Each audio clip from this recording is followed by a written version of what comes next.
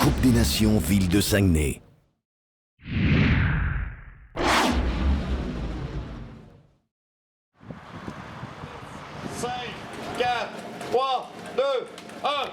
Quatrième et dernière étape de la Coupe des Nations Ville de Saguenay U23. À Chicoutimi, un circuit de 10 km 7 à franchir 12 fois pour une distance totale de 128 km 4.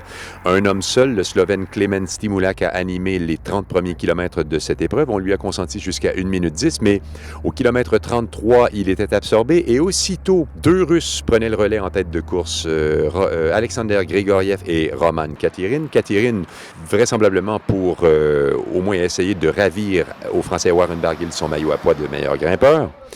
Se joignait à eux le Français Jimmy Turgis et de la formation mixte de l'UCI, l'Algérien Reguigui.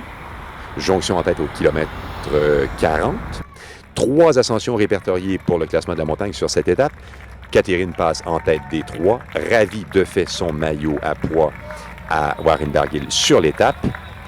Les 4 fuyards ont encore 1 minute 15 au kilomètre 85 à la fin du 8e tour. C'est 1 minute pour les 4 fuyards au kilomètre 95 à la fin du 9e tour. Ils n'ont plus que 35 secondes à la cloche au 11e et avant-dernier tour. Ils sont repris dans la dernière ascension. Ascension dans laquelle les Danois mènent un tempo d'enfer pour dissuader les attaques. On redoutait principalement les Kazakhs Kamichev et Bederbekov postés aux positions 2 et 3 au général à 19 et 20 secondes.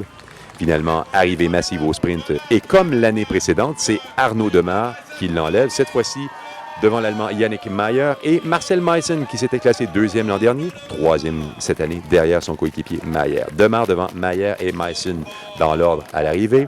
Maillot jaune, Christopher Joliensen jusqu'au bout. Maillot vert du leader par points, Nicolas Bohem de l'Italie.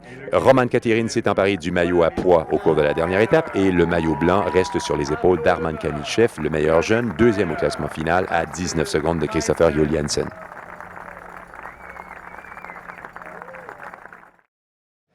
C'est vrai que la chaussée était très glissante, la descente était dangereuse. Et bon, on avait pendant toute la course Jimmy à l'avant, donc nous derrière on était tranquille au chaud. Et puis les Danois ont bien contrôlé, ça nous a permis de ne pas faire trop d'efforts.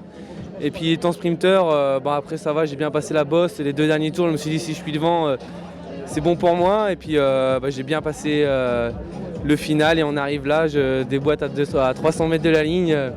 Comme l'an dernier, donc c'est parfait, je suis vraiment content. Là. 2 victoires, c'est bien.